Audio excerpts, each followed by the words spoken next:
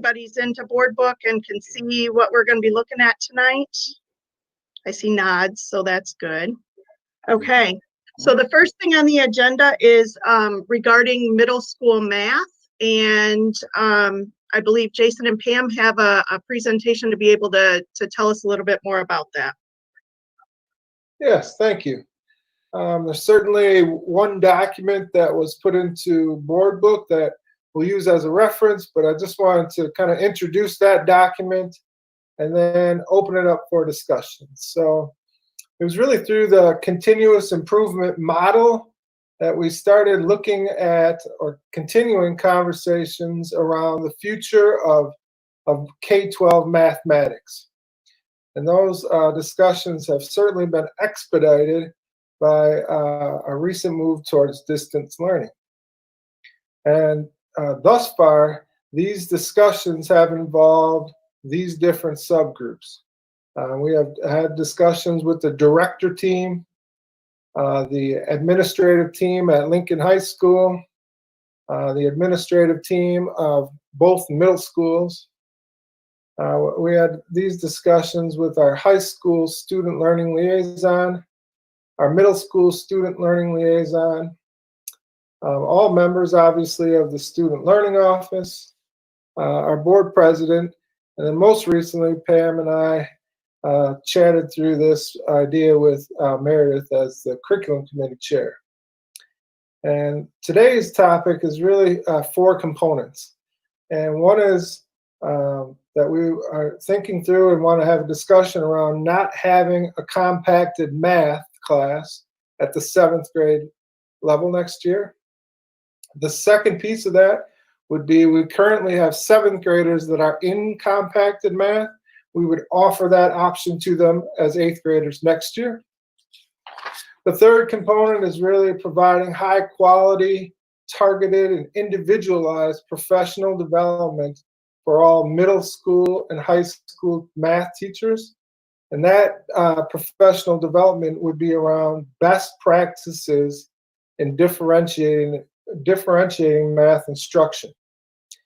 And then the fourth component is really just continued discussions next year around K-12 mathematics. As you saw in the document, we really have three components of the foundation of why we want to talk about these things. One is that we have our goal to provide all learners with a depth of mathematical knowledge and understanding of standards at the highest levels. And I think it's important to note there that our Wisconsin state standards have really changed some of the programming needs that we have. Those standards are rather rigorous and different than what we're maybe accustomed to in years past. The second piece of that is really encouragement and I think expectations from our UW partners around an emphasis on quantitative reasoning and statistics. And our UW partners are saying it's more important for us to provide high quality, in-depth mathematical instruction versus some race to the end. And then the third component is really just our work to provide equitable access to all learners. So again, with that kind of introduction and then that one sheeter of supplementary materials, would really just appreciate a discussion with the members of the curriculum committee around this work, knowing that if the team is interested in further exploring these options, that the larger MPSD math team, parents, and students' voices will be sought. So I'd really just like to turn it over to the members of the curriculum committee for some discussion. Thank you.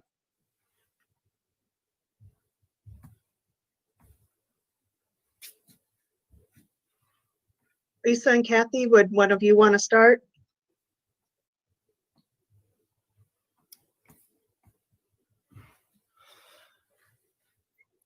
And Liz, I'm sorry, you were over in the little box. I didn't see you. It's okay. No problem. Okay, I'm not familiar with, and I don't quite understand what the compacted classes are. So if you could give us a little bit more information on that. Absolutely. And just a reminder, thank you, Liz, is that there's an opportunity for sixth graders moving to seventh grade. So at the seventh grade level, we provide this compacted math opportunity. And what it really does is take 2 years of math, which includes algebra, and covers that in 2 years. So if I enter the compacted math as a seventh grader, I have compacted math seventh grade, eighth grade. I complete algebra really by the time I'm ending eighth grade, and I enter Lincoln, entering geometry. Okay. Okay. And thus far, we've traditionally have some criteria that I would say it's fair to say loosely followed for students to get into seventh grade compacted math, and that's around some standardized test scores, teacher recommendation, and then an inventory that we ask students to take to really gauge their interest and passion for mathematics. We use those 3 pieces to make decisions. Okay. So what happens to the rest of the students that don't qualify for these? They remain in that traditional math track or pathway. So if I'm not entering compacted seventh grade math, I would follow the rest of the cohort and take seventh grade math, take eighth grade math. Then as I enter Lincoln, I most likely will take algebra. Okay. Okay. So Jason, are you? Oh, go ahead. Sorry. Go ahead. No, go ahead, Lisa. So if there's compacted math this year, why are you wanting to get rid of it for next year in seventh grade? I guess I'm confused on that. Yeah, it's really a combination of things. As I stated in our supplementary material, it's really this ongoing discussion around K-12 mathematics.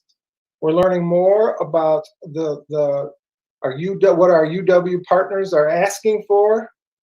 And we believe that with high quality differentiated instruction or professional development, we're able to serve a very large percentage of our students through the traditional 6, 7, 8 route, knowing that for those exceptional Excel learners, we have a program called DEPs where we can really talk about different programming for them.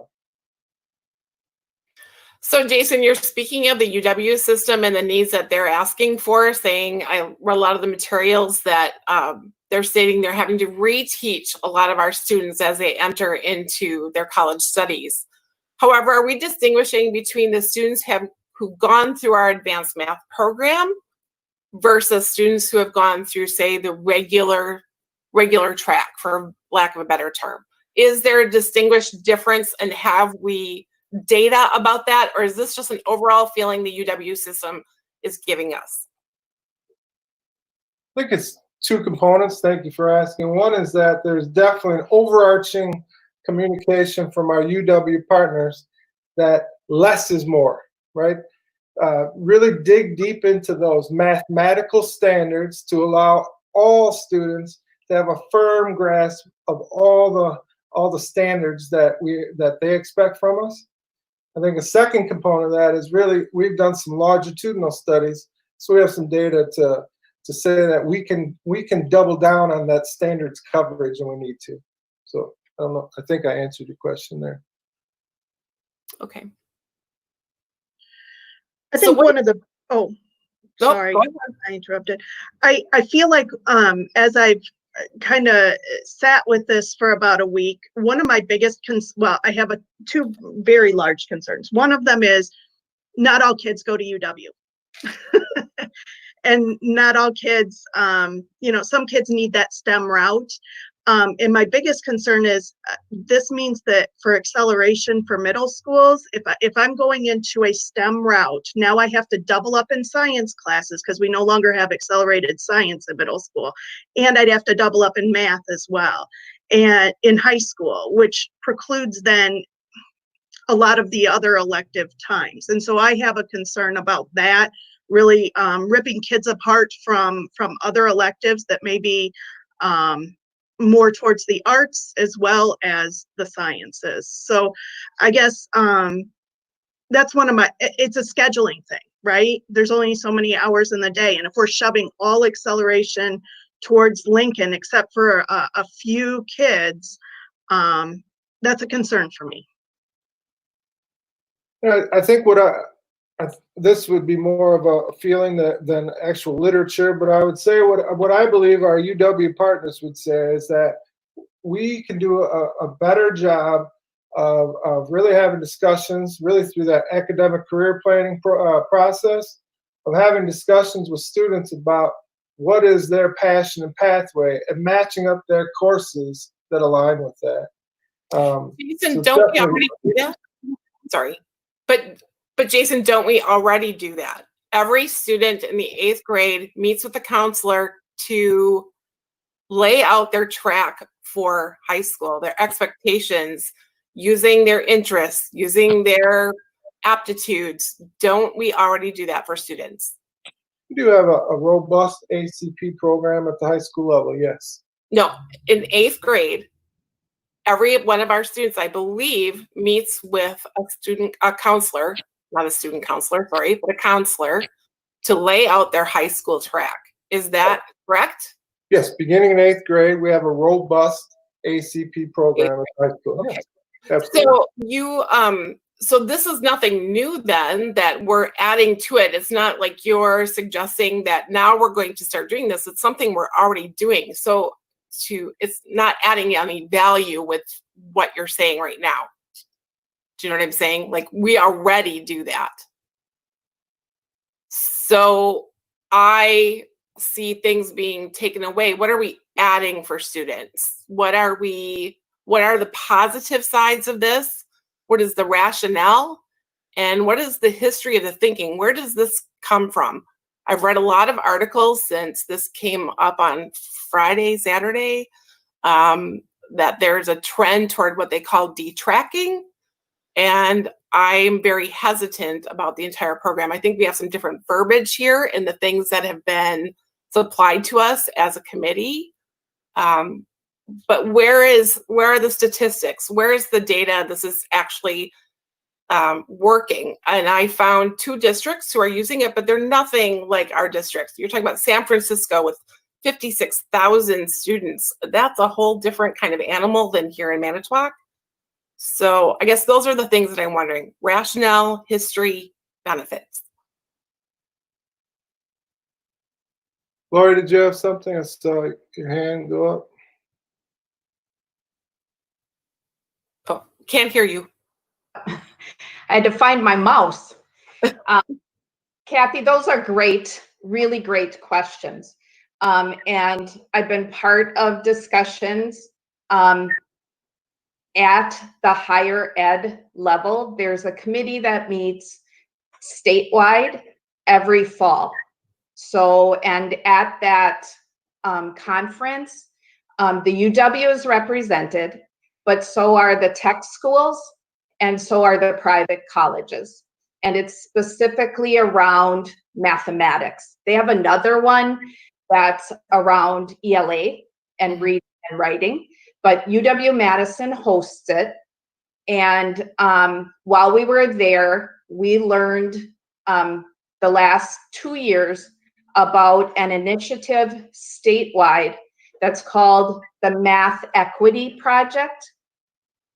And through that, the UW campuses and the mathematics educators have been working together to create common classes that will actually transfer from campus to campus, regardless of which campus you're attending.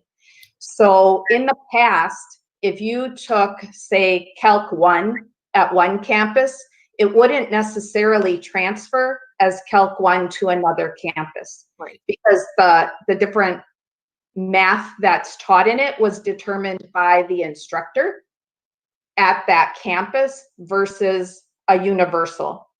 So through that project over the last 2 years, they have created common cut scores on their mathematics entry exam for every campus, so that everybody has the same criteria now to get into what is called a credit-bearing class versus a remedial class.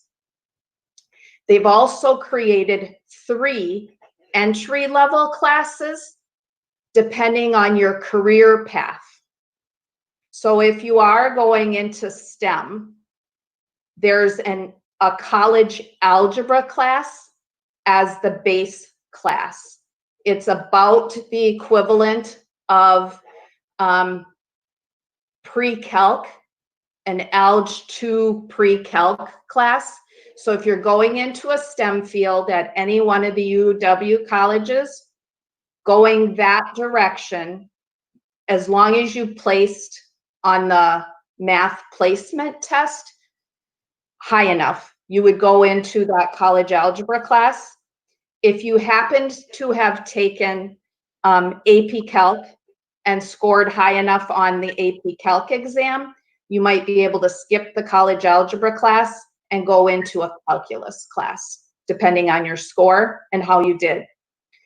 The calculus professors from the various campuses told us that what has been happening is that the kids come in and they test out of the college algebra class, but they don't test into, or they don't test past Calc 1, even if they have taken the AP Calc in high school.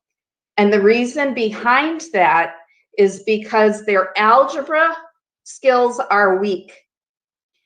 And they understand the calculus concepts, but they can't do the symbolic manipulation that's a base part of algebra. And those are the 8th grade standards that are currently skipped in our compacted classes in the middle school.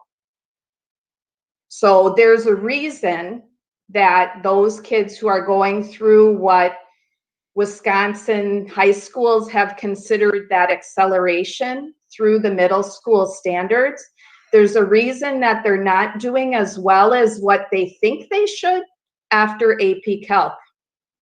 The other reason that Mr. Bolt talked about was the emphasis on quantitative reasoning and on statistics. Those 2 things, those 2 topics are also skipped in our compacted to getting 3 years done in 2 years. The quantitative reasoning class at the UW across all campuses is now outlined on the site that's linked in that document that Mr. Bull talked about. And that quantitative reasoning class is the entry-level college credit-bearing class for any students who are going into medical fields, because they don't need calculus, they need math number sense. They need all the measurement to understand the drugs. They need to understand the biochemistry and the measurement that goes behind that. So they have to understand the grams and the milligrams and all of those pieces and have that quantitative reasoning. So that's the entry-level class. So if we accelerate students in middle school and skip those standards, they have a more difficult time if they're going into the medical fields, nursing, doctors, research, biology research. And then the 3rd class that the UW has now consistent is a stats class. And so they have college statistics as the entry-level math course, college credit bearing, for anybody who's going into the humanities. So if you're going into social science research, psychology, you need to have a strong statistics base in your college first class required class in your field. And all of the heavy duty fundamental statistics standards have been moved. When we went to the Wisconsin state standards that have now been built off of the Common Core standards, statistics was taken out of the elementary school so that we could concentrate on fractions and number sense. And it was placed heavy in the middle school standards, 6, 7, and 8. So there's a really, really heavy statistics and probability set of standards that are skipped when we compact and we try and get kids through equations and solving equations, linear algebra.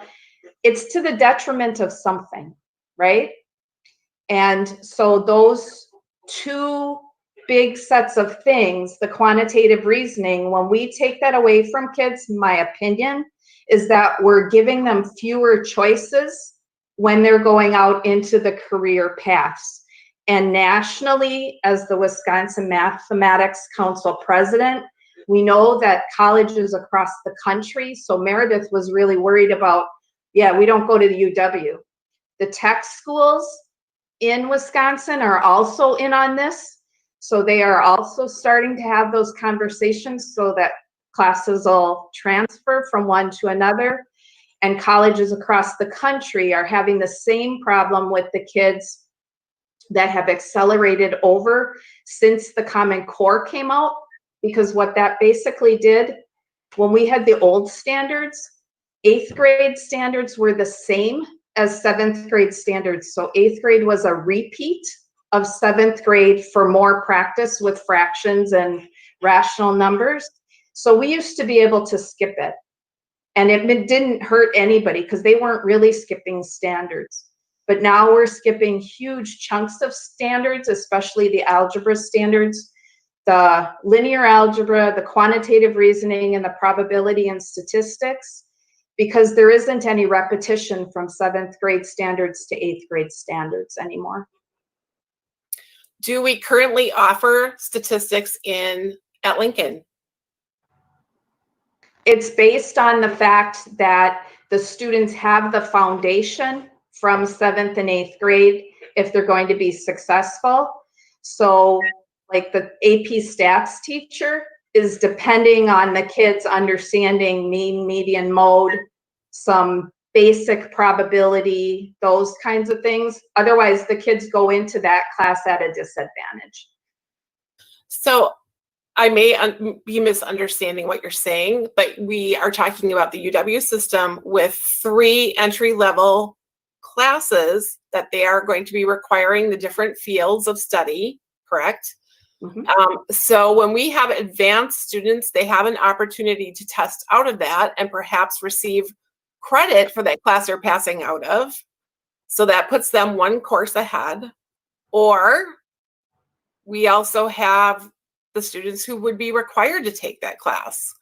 Where is the issue? Like, what are we trying to achieve here? I understand we're bypassing some of the 8th grade materials, but they're still going to get that in their entry-level college course, depending on their course of study. Is that not correct? Are we saying they're not prepared enough to even take that entry-level class? Yes. Okay, so there's some way then, rather than lumping all of our students together like a one-room schoolhouse, that we could have a course that's offered for those particular spots that are missing in 8th grade for whichever students are interested in those areas or who just want to take it. I guess I'm questioning the rationale behind lumping all of our students together.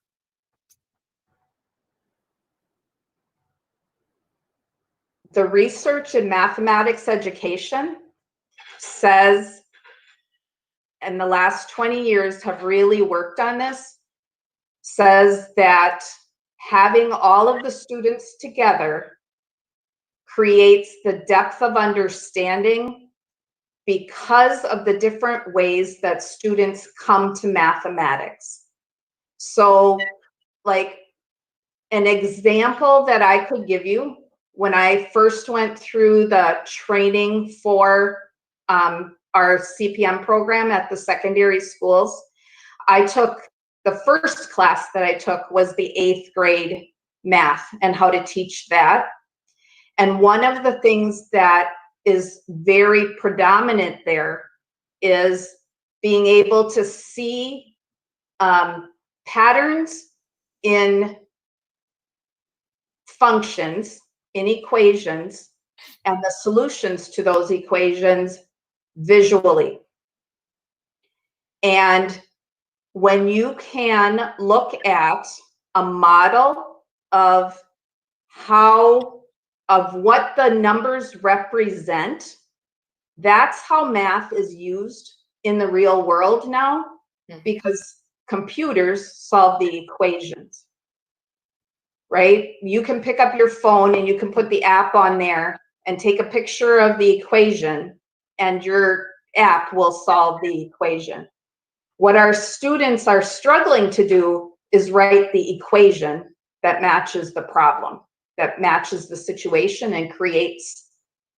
And that's what the university professors are finding, is that when you look at the statistics for how many students enter college and place into remedial math, it's just a huge number. And it's because in most cases, their algebra scores are weak. Mr. Bull talked about us having longitudinal data about our accelerated students, and we do have that. So if this committee wants to go past tonight and continue the conversation, we certainly can bring that data to you to show, along with, I can contact anybody in that committee that I went to the conference, and we can get the college data as well. But that doesn't answer the question of how it benefits our students being lumped together with all levels of abilities. How, like you're talking about them seeing it, how is it an advantage to have all of those different levels lumped together? I'll even bring ELA into it. We've got kids who are at like a 4th grade reading level in with kids who are at an 11th grade reading level. How do those things, when we're having various classes at such broad levels, help one another? That's what I want to understand specifically. Kathy, I don't know the research on ELA, so I can't. Well, I'm not even speaking ELA. I'm just saying, like, we're doing that now, but like math specifically, like we're talking about. We may have broad levels. I mean, we see that in ELA because we're already doing that. But in math, how is that going to work when we have such a broad spectrum of understanding and abilities that would advance all of our students? I don't understand, I guess. Yeah, it is.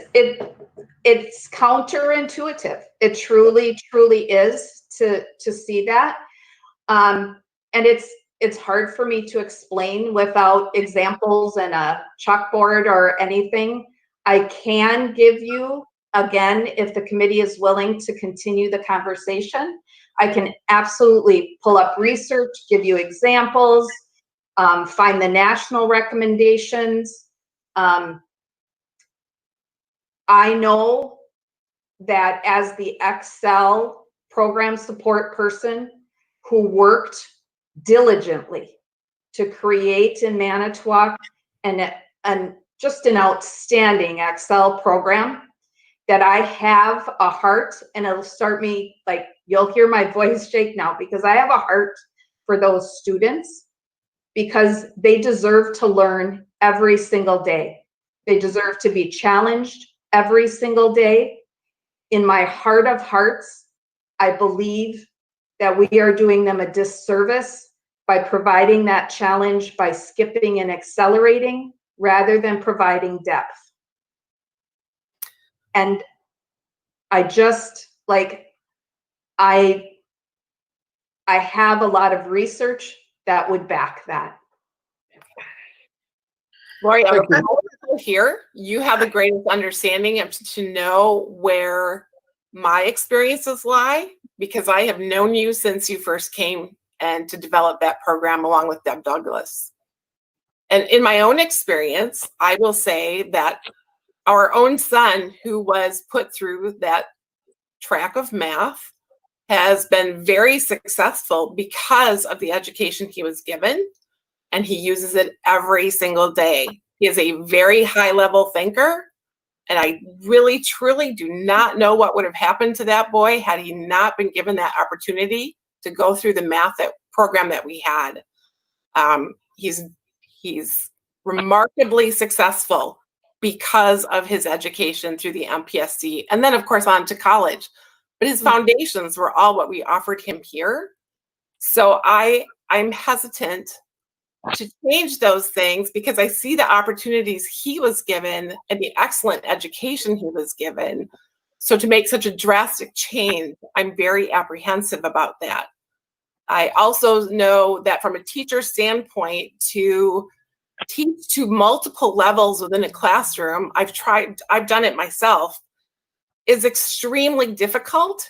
And in a time where, and a culture where we put even more and more on our teachers' loads, I think then this is just another thing that we're adding to it. So that's kind of the perspective I'm coming from. Like I said, I've been doing a lot of research and reading a lot of material to the point where I'm actually tired of it at the moment and need a break. But because I want to understand. So, but that is where I'm coming from. So I'm very hesitant about this whole detracking. And I wear my sleeve on my heart. So just so you know, that's where I'm coming from. Thank you, Kathy. Lori, I have a great deal of respect for your perspective. I'm wondering, is there a reason why the teachers with the boots on the ground haven't been involved at all? And Jason, maybe that's a question for you or Pam. And again, Lori, I have a lot of respect for you. I just also want to include the teacher voice, who is in the actual thick of it, because I know the student voice who's been in the thick of the classroom, and it's frustrating when it's just, here, go play this computer game. And that's the differentiation. It gets a little frustrating. So I guess, I would like to hear some teacher perspective of not so much the sequence, because everything you're saying, Lori, makes a lot of sense. It really does. And I'm also hearing that on the college front. My concern more so is these kids sitting in 7th and 8th grade who are just bored because they're done with their assignment in 10 minutes and what's next. And I don't want to leave them having to teach the other kids. And I know that the other kids get frustrated with that. So I guess where is that compromise, or where is that, how do we suit a variety of levels at the middle school level where they cannot break out and they're all lumped together? And again, maybe that brings in the teacher perspective as well. I think your original question was when or where will the teacher voice be brought into that? We had a lot of discussions about that very thing, and we wanted to have this discussion with the members of the curriculum committee to see if your interest level for continuing the conversation, knowing that if the team is interested in further discussions, that certainly the math teachers, parents, and student voices, and all voices, or as many as we can gather, are the next step. But we wanted to take a pause here, get feedback from the team before we went further. So I think what's happened here, though, Jason, is like the word is leaked out. And so we've got a lot of upset parents and teachers. Perhaps this could have, what's done is done, but perhaps we could, in the future, go about this, including those voices earlier in the conversation, because it appears to our community that the board has a directive right now to detrack all of our coursework. And so they're in a panic and thinking that their children are not going to receive the education that they thought they were going to. They see it as us taking things away. And certainly as a parent of 2 people who graduated from the MPSD in the past, had I not been part of the board now, I probably would have thought the same thing.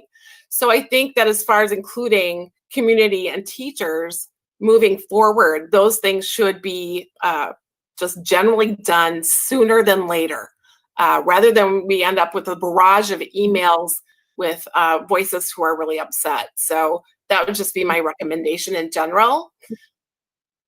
But moving forward, I don't know what I want to say right now, so I need to stop. So I I think think the that- question is, would we like to continue the conversation? Maybe have some of the data that Lori's been chatting about, and maybe bringing in some broader perspective into that. Is that the way we want to move forward?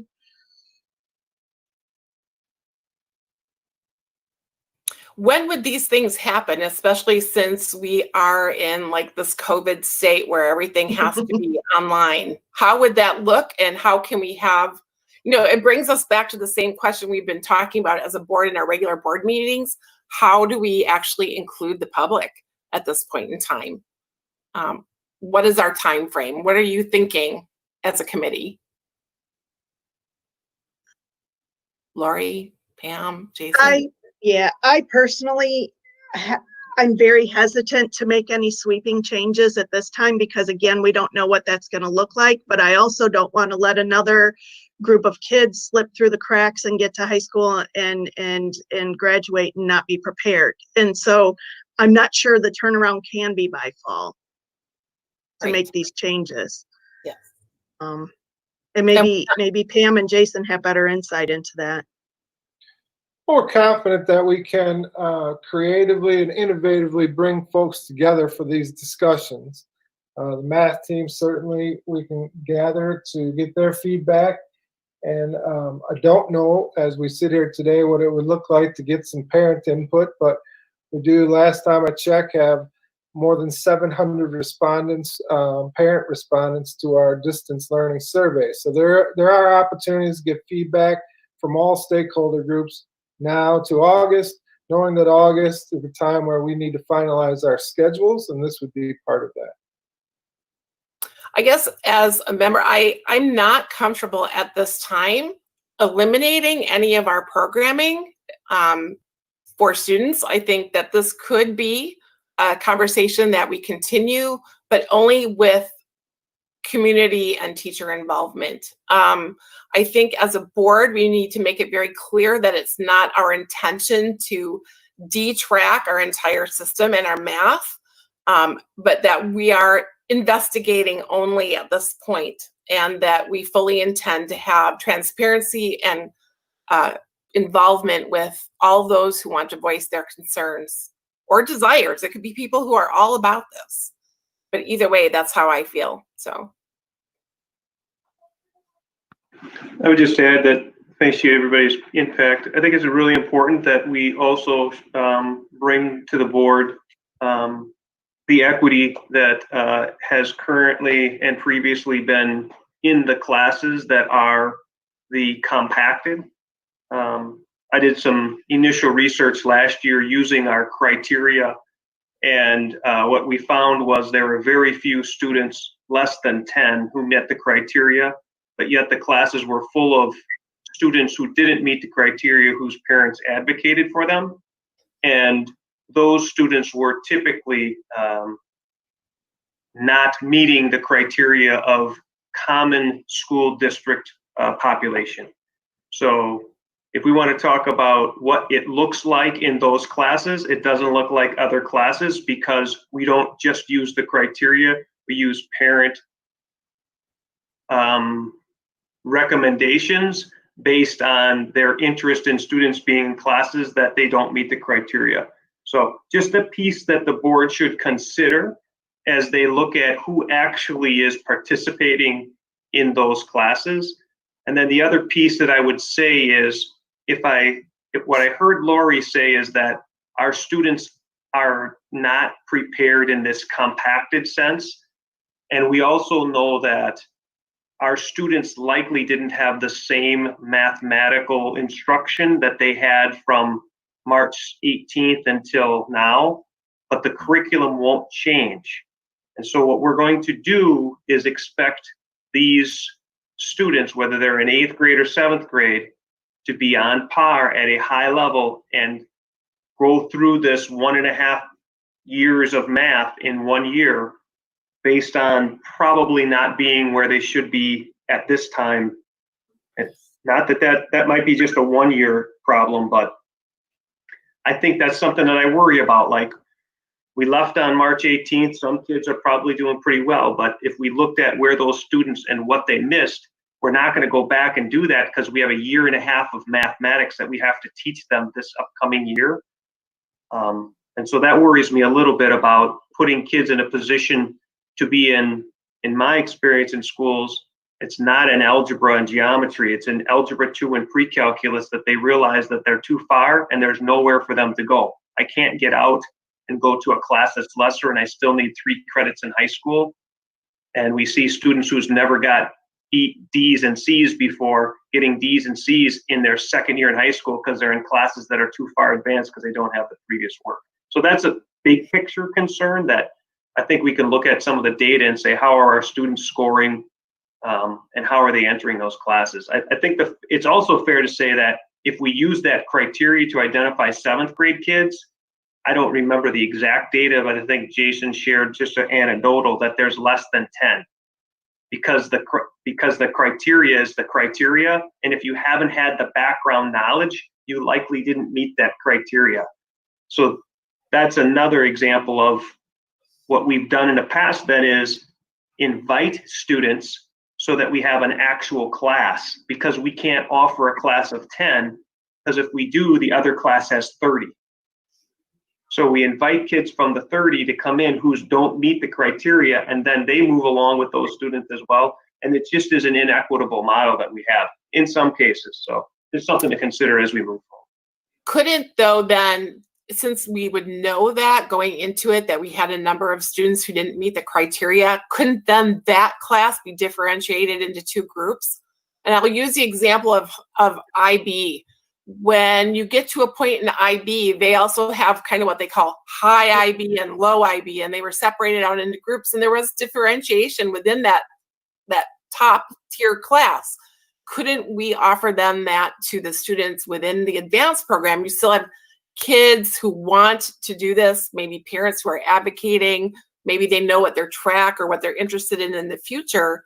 Why can't we consider differentiating those, say, 2 or 3 groups within that advanced class? Only a thought, not saying you have to necessarily answer that right now, but it might be a possible solution. Thank you. We will still provide that high quality targeted professional development around differentiated instruction for all middle and high school math teachers next year. We know that's essential moving forward. So I just want to make, I was just going to say, if we do want to continue this conversation, I would encourage us to get a couple of pieces at the table, maybe that criteria that needs to be met, or an actual number. We're estimating 10. If we can get that actual number, and then maybe get some feedback from the math teachers. Unless someone wants to go ahead and make the motion to just say, we're going to approve this plan and move on. No, I'm not comfortable doing that. You won't get it from me. No. Not at this point. Okay, so it sounds like we need to put this on the agenda again and get some additional pieces of information. Are there other things that you would like to see at the next meeting in relationship to this? I think I'd like to see more concrete information about how this would play out for our students. I'm very concerned about, when we have a large spectrum of students within one classroom, how students see one another. There's a lot of the articles that I read talked about, like, well, I'm not labeled as the smart one, or I don't know math. Well, you know what? You get that within the same classroom, and then they face that every single day. So I would like to see real information, how that would play out within a classroom. We've talked differentiation with teachers for years. That's not a new thing. So can they always get more? Of course. But I think every teacher has to have differentiation within a classroom. But I think this is a little more specific when it comes to math and like defining the groups So that's what I would like to see moving forward. Just want to clarify next steps because I think I heard Meredith say at really no interest in making some changes like this magnitude for next year. Be happy to work with Lori and the team to bring some data, bring some what this would look like. There would be a timeliness to that if we're still thinking about something for next year versus just continuing the conversation. So I just want some clarity about, are we continuing the conversation for not next year, but perhaps later on, or continuing the conversation for next year? Because I think the work is just expedited or more timely with those two scenarios. I guess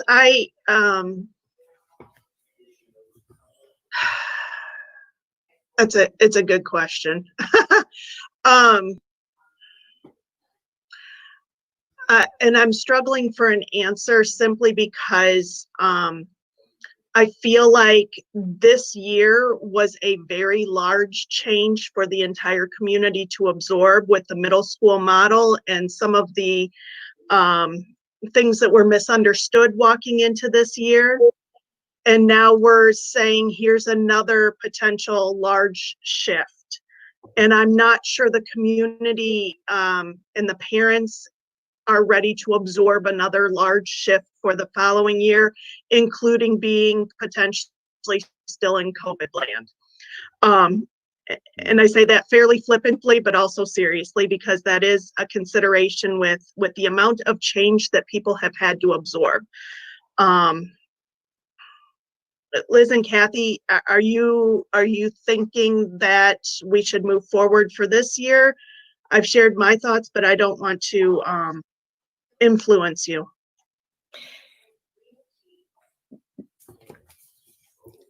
I really don't think that we're really prepared for. Do you remember what happened when we went into the grade realignment and we had so many people that were so upset because there was a lot of misunderstanding? And this looks like we're shoving it down their throat again. You know, we're gonna try and stick something to them that they really, I'm not sure that they're ready for. I'm not sure any of us are ready for it. This has to be discussed more than what we have right now. Yep. I'm in total agreement with Liz and with you, Meredith, too, that we're not prepared to make major changes this year. I think there's just a lot more information that we need to gather and to talk about. I don't think our community is ready for this, and for a myriad of reasons. So, and I think the community also needs to understand that this is not necessarily a directive of the board to get rid of our advanced placement classes for our students. That needs to be made very clear before we actually make any kind of move with an agenda like this. So I think with time, we'll all be able to absorb it more and gather more information and do what's best for our students. It does beg the question, how do we serve the students that are currently not being served well in this model then? You know, we do have this batch of students who continues to be moved and enrolled, and I think that's something we would need to address then in the short term. So I just want to again summarize. I'm hearing that there's real no interest in continuing this conversation for the 2021 school year. Certainly what Meredith just pointed out, we have to continue, and we will continue to have discussions with our middle level leaders about how do we serve all students, including the 7th grade compacting class. And we'll have these discussions starting next year versus now. Is that a good summary? Yeah, but I would also like to include, to make sure that our high school teachers are also included in that. I think it needs to be an overall discussion with our staff, not just small groups of middle school. This needs to be I mean, our high school teachers are the ones who see the repercussions of what we teach in the middle school. So they need also to be included in that conversation. I think it should be an all staff opportunity to voice their concerns, or we did have some emails that were, they were for it. So let's get everyone's opinion so that they feel valued and that they have a voice in this. The more we hear from people, it's like more brains are better than one. So I don't see it as a negative to reach out to everybody. And we have time to do that then if we're not worrying about it for fall. Great. Right. And again, as I mentioned earlier, that this is why we're having the discussion, to see the interest in exploring this from the curriculum committee, knowing that we would get input and feedback from all math teachers. So I think when we use words like shove it down the throat and no transparency, those words carry meaning. And there was no attempt to do that. It was to have a discussion at this group and get some nice discussions and plans moving forward. We now have a clear path. We have a clear path that next year is not it. We should have some discussions moving forward with all staff, and we will do that. So thank you. Yeah. Okay. Thank you all for that discussion. I apologize to the others who are here, having to just sit and wait. But now is your time, it sounds like. So the next thing on the agenda is to talk and give some time to our folks who are doing some of that support. And I see they're all here and ready to go. Yes, thank you. I just want to remind folks of kind of historically how we got to the Dean of Students and that student support leader role. At Lincoln High School, we added the Dean of Students role as we transitioned to almost 400 more students at Lincoln. So as the freshmen entered Lincoln, so did the role of the Dean of Students, really to support students, staff, and the ability of our leaders to be instructional leaders. And then the student support leader is not much different, really. It's really through the title lens. So we have the opportunity to add a student support leader at Washington, Franklin, and Jefferson. Two of those folks just couldn't make it tonight, but they were instrumental in putting together that slideshow that I hope everyone had the opportunity to look at. Some great videos from our building leaders that really speak to the power of these roles.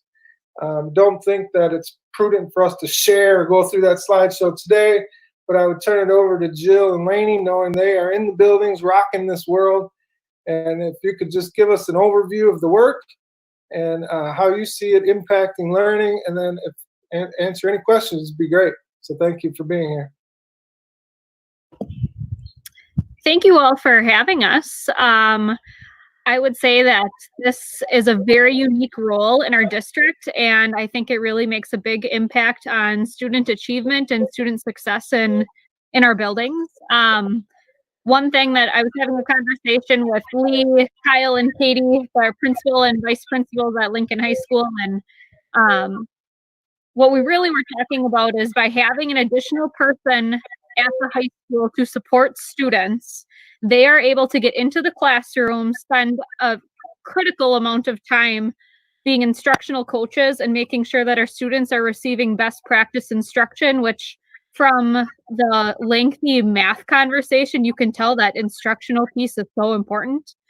So they are able to get into every single teacher's classrooms. Right now, they're scheduled about twice a week where one of them is out and about being instructional leaders. And that is one of the main roles in, I think, our district believes in an administrator. We are also one of the largest districts that does not have a social worker on staff. So that is one of the things that I have found in my role at the high school is I'm quite the community connector in terms of students and getting them resources that they need to make sure that the I's are dotted and T's are crossed and they're ready to learn. Some of our big focuses, and as you probably saw in that presentation that we put together, is character development, attendance. We know if they're in our building that we have the opportunity to make a difference in their life, and it makes it a lot more difficult when they are out in the community or just not at school. Advocating for students who maybe don't have that voice. We talked at the middle school level, a lot of those kids who are in those advanced courses have parents who are in their corner or guardians who are in their corner ready to help them to be on the fast track to success. And we don't always have that for every student, which is unfortunate, but a reality. And then being that kind of community and family connector, being that Kyle, Katie, and Lee are focused on working with our teachers to provide high instructional practices, I'm able to meet with families to see what they need, whether it's transportation for their student to get to school on time, whatever that may be. The list is endless. Character has been, I would say, one of the biggest focuses. We had over half of our building new to Lincoln High School expectations. And that's large. Most of our staff has never worked with freshmen before. There was a learning gap there to get used to their maturity and their unique sense of humor. I would say a good portion of my day was spent with freshmen, but that was really neat because I'm very excited to see how they grow within those next 4 years. And even with COVID and being aware, I kind of wondered at first, so what does my role look like? And my role really did continue throughout this, is making sure students have what they need to be successful when we're not face-to-face with them every day, whether it's student check-ins, coming up with a schedule of this is the times that I'm going to spend working on homework, and this is the time that I'm going to spend making sure that I am socially and emotionally well during this time, because we all know that that's very important too. It's been really great getting to work with Jill, Tara, Lisa, and Lee as a PLC and be able to collaborate. And we've made connections on as South Side schools to be able to provide more opportunities for our families on this side of town. That's great. Let's see. I can add a little bit just from the elementary perspective also. You know, between secondary and elementary, we definitely have many things in common that Lainey already talked about. I think one thing that Tara and I talk about, Tara's at Jefferson, student support leader, is the amount of people available. So when I look at Washington and the high school, there are more administrators, more support available, where at our elementary level, it is the administrator, myself, and the guidance counselor. So it has made a huge difference. I mean, I can't even, the ability for me to be able to go do home visits when then the administrator, guidance counselors can be in the classrooms, I can be doing home visits. School counselor was on a regular basis having to cancel classes because of behaviors and different issues going on within the school. Just overall parental contact, just taking some of that off the shoulders of administrators, the amount of parent calls, meetings, whether they're in the morning, middle of the day, whatever it might be, has been amazing. Our attendance protocol that we started at Franklin last year has made a huge difference. And I hope you got to look at some of that data on our slideshow. It was funny when Kathy Lemberger started and Darlene Wadachek, they're like, 411 kids, this is what you have? And I said, it's because the staff, guidance counselor, administrator, myself, are all really trying to be on top of things as they start to happen. Another really neat thing that I think with this role is the coaching with teachers and being able to get in and share some of our expertise that we have through different PD that we've been able to go to. And just working through, you know, even if it's a special education child, we can still be one other person to be able to step into the situation and help. And with that, at Franklin, we have started, each classroom does a weekly social emotional lesson. And I've already very, very briefly talked to Celie Vang about getting that started for next year. So I'm excited to hear her thoughts and how we can move forward with making sure that that continues. So, you know, and overall, just the whole supervision of having one other person out at recess, lunchtime, it has made a huge difference. I believe I included some of that data also. Our office referrals over our lunch and recess period, which tended to be the highest incidence, have decreased tremendously. I want to say 50 within a month, which is just amazing, being able to have somebody else out there to be able to handle situations. And just, I think somebody else present, the kids are a little bit, behave a little bit better.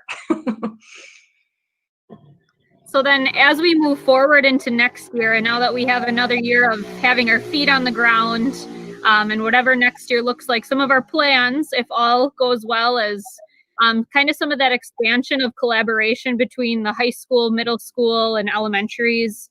Lincoln's looking at creating a code of excellence, which is going to be an extension of our athletic code and how we feel that all ships should be acting inside and outside of our building, ready for what's next.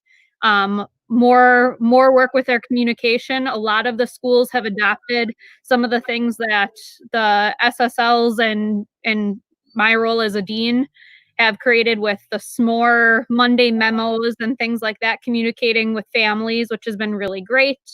And then continuing systems of support with attendance, character building, district-wide initiatives such as our touchstones and those character words as well. And I Thank you, feel like Lainey. I also wanna- I'm sorry. No, go ahead, Jill. Through the creation of our PowerPoint, and I think Lainey would definitely agree with this, that it gave us, the four of us, time to really reflect and be able to collaborate about data that we need to focus on for next year. Whether it's secondary, elementary, it doesn't matter. I think that we were able to really focus on things. You know, we really need to pick some areas and as a team be able to decide on some things that we can look at more in detail. So I'm excited. I'm very excited for that, to be able to have some time. I'm also going to remind the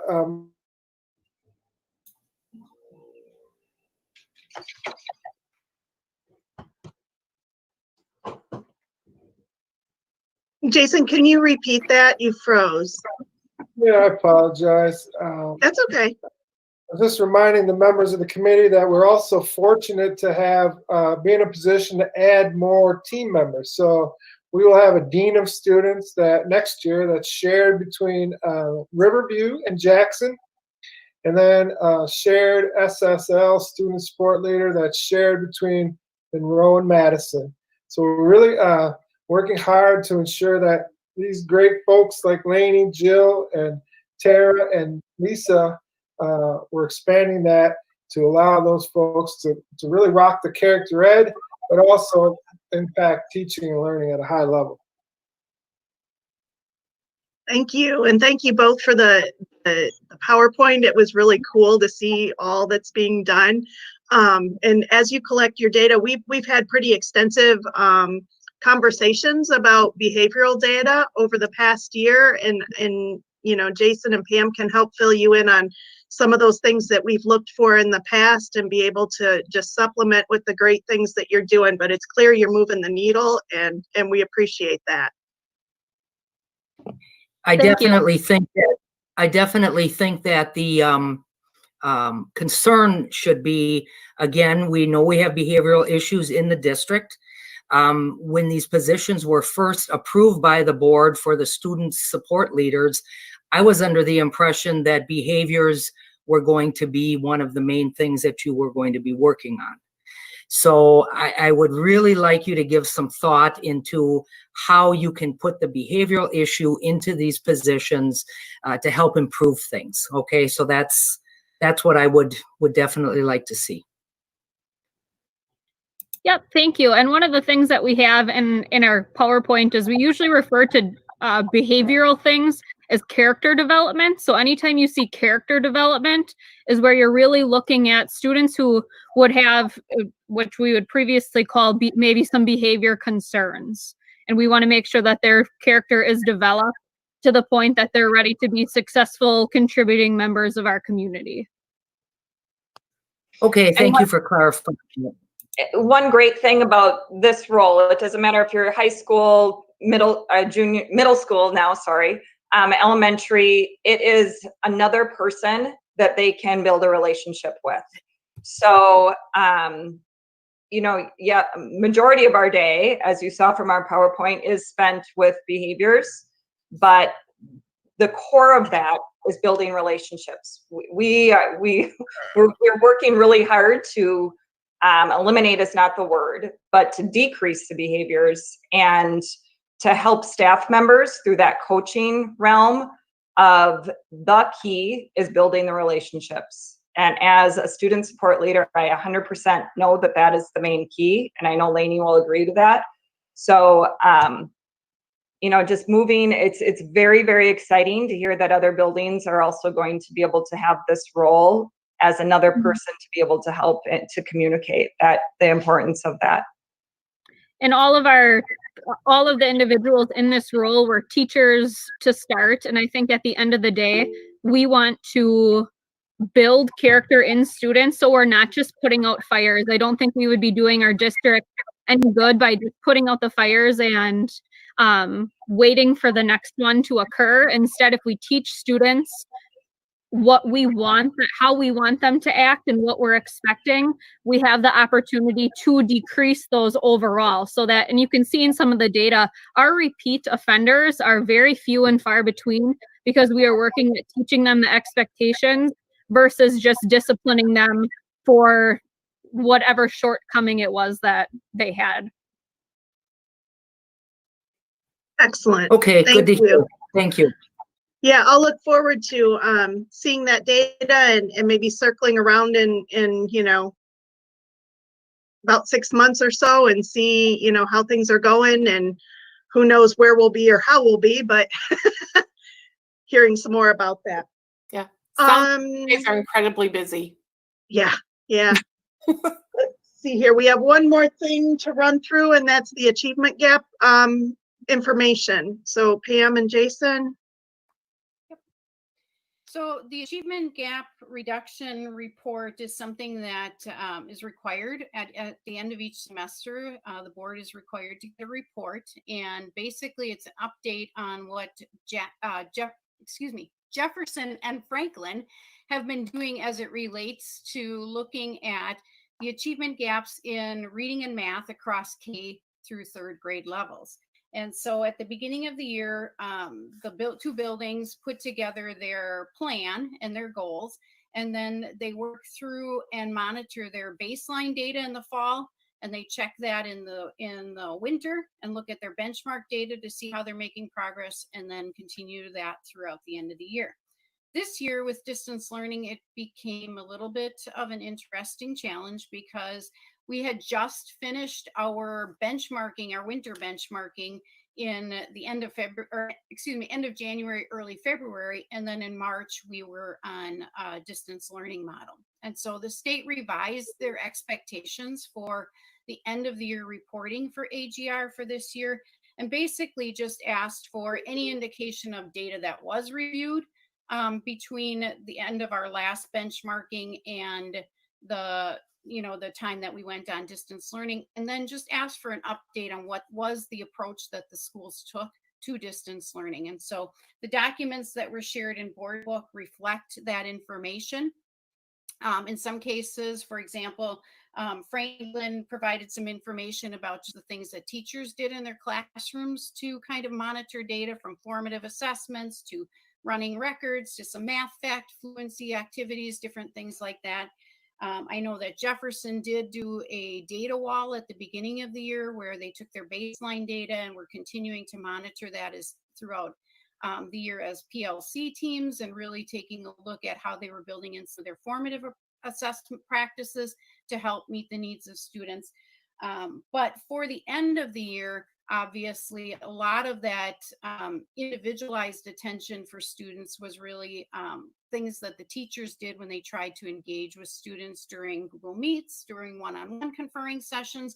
And so you got a lot of information about just generally what the plan was at kindergarten through third grade, but then also some specifics that Jefferson and Franklin wanted to share with you about some other things that they did to really try to emphasize the development of those reading and math skills.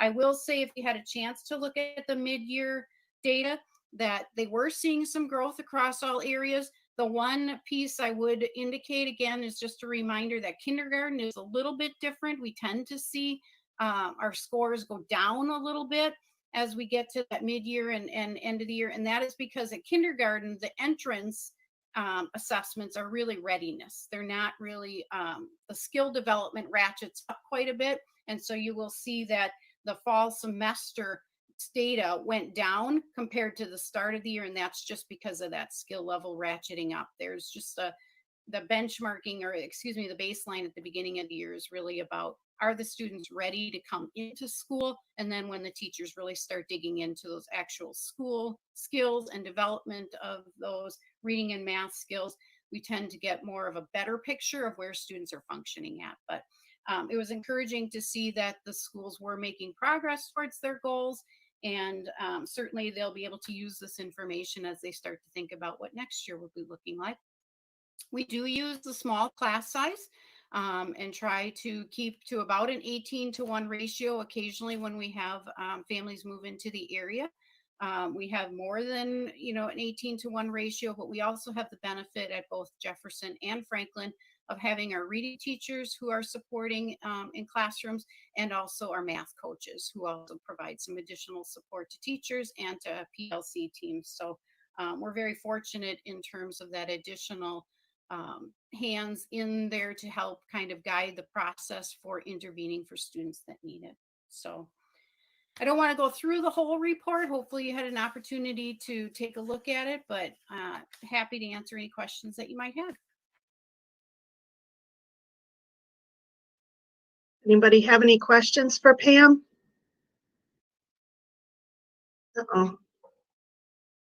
We are required at the end of the year to submit this report to the DPI, and then both school leaders do a report as well that they submit at the end of the year, just kind of a wrap up of profile of the students, the numbers of students that we've served through the AGR, and then I believe Sean Alfred does a little bit with how we utilize the funding sources. So just so you have that kind of picture. Will this be presented then to the whole board, the report itself, or? Yeah, we can bring it forward under the business from the committee and bring Okay. it that way. Yeah, I think that would be good. And then, cool. Anybody have any more questions related to that? Okay, so that's the end of our agenda. I'm wondering if this is the avenue, or maybe the regular board meeting, just to get some feedback on attendance during the months where we were online. Do we have a sense of 90% of the kids were able to participate in an online fashion and complete their year, or any statistics like that we should be aware of? I've had those questions posed to me. So I'm just wondering if this is that avenue to talk about that, or the regular board meeting. Mark, you would have good insight into that. Well, I'm always a little cautious about adding things to the agenda that's not on the agenda, but I'm definitely confident that if this is a topic that you want to talk about it at the curriculum committee, that, we could just add that whenever the next meeting is. Yep. If in fact we want to add it to a full board conversation, I can share with Dave Nichols, or any board member can, to put it on. I think my opinion would be it's probably good to vet through the curriculum committee. Okay. And then share your insight and thoughts. The data is not going to change between now and the end of the year. I would tell you that we did not take attendance. Like when a kid was whether they were in their Google Meet or not, we didn't say you were here today and you weren't here tomorrow. That was part of just the whole DPI guideline of making sure that, we had kids present. But for example, we can give you some feedback on the number of incompletes that Lincoln has, and just some whatever anecdotal data. It'll take us a little time to dig that up, but definitely rather than here's what I think about how it went, we could give you a whole lot better, here's the data that we have now. Yeah, my intention was not to put you on the spot or make this a impromptu agenda item. It was just to say which avenue would be best. Would that be curriculum or the regular board meeting? Yeah, I think it's good always to try to vet the data in the curriculum committee, and then if the full board wants to have a robust conversation, they can through the committee, and then the committee can be a little bit more in the experts, like this is your avenue about student, and I think I hope at times we provide the curriculum committee knowledge to be more experts on curriculum and instruction than maybe the finance or buildings and grounds is on finance and buildings and grounds. So Yep, I that think that's makes a good way. We'll just add it to whenever your team wants to meet, and we'll work on some data collection. that sounds great. Thank you for that insight. Thank you, Mark. Okay. Then I guess if we're done, I just need a motion. And Kathy, you're the remaining member. So if you want to make the motion to adjourn. Well, I will make the motion to adjourn this meeting. And I will second. All in favor? Aye. Then meeting is adjourned. It's always entertaining with two, but I know Liz needed to cut out. Yeah. I really do appreciate everybody's insight. I know the math conversation was tedious, but I really do appreciate that. And in particular, Lori, all the research that you have done and lived through and continue to do. I really do appreciate that. Yeah. Thanks, guys. Thank you. Yep. Thank Take care, you. everybody. Bye. Bye.